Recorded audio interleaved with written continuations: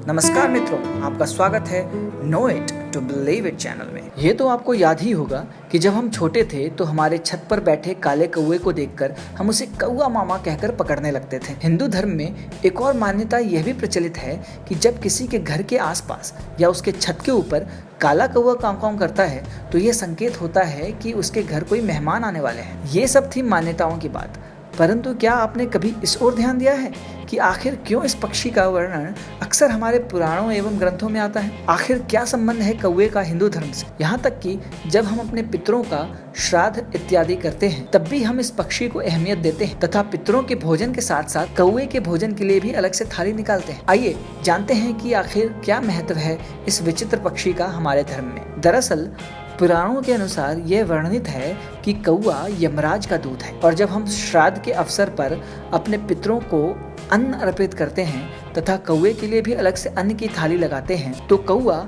यमराज का दूत होने के कारण यमलोक में जाकर हमारे पूर्वजों को उनकी संतान एवं उनकी स्थिति के बारे में अवगत कराता है। श्राद्ध भोजन में सम्मिलित किए गए भोजन की मात्रा तथा खाद्य सामग्री को देखकर कौवा पूर्वजों को हमारी सुख सुविधा तथा हमारे जीवन के हर पहलुओं से जुड़े बातों की जानकारी देता है। इससे हमारे पूर्वजों की आत्माओं को तृप्ति मिलती है कि उनकी संतान सुख सुविधाओं के साथ अपना जीवन निर्वाह कर रहे हैं। इसी के साथ कौवे से कई अन्य अनेक रहस्य भी जुड़े हुए हैं। पुराणों में कौवे की विशेषता बताते हुए ये कहा गया है कि इस पक्षी की कभी स्वाभाविक मृत्यु नहीं होती है। कोई बीमारी एवं वृद्धावस्था से भी इसकी मौत नहीं होती है। इसकी मृत्यु आकस्मिक रूप से ही होती है। जिस दिन किसी कौवे की मृत्यु हो जाती है उस दिन उसका कोई साथी भोजन नहीं करता है। कौवा अकेले में भी भोजन कभी नहीं खाता, वह किसी साथी के साथ ही मिल बांट कर भोजन ग्रहण करता है। यह पक्षी बिना थके बहुत मीलों तक उड़ सकता है। कहा जाता है कि कौवे को भविष्य में घटित होने वाली घटनाओं का पहले से ही आभास होता है। शास्त्रों में यह भी कहा गया है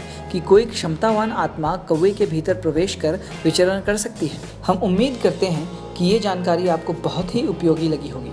अगर आपको हमारा वीडियो अच्छा लगा हो तो आप हमारे चैनल को सब्सक्राइब करें, शेयर करें, लाइक करें, कमेंट करें। आपसे फिर मुलाकात होगी हमारे अगले वीडियो में।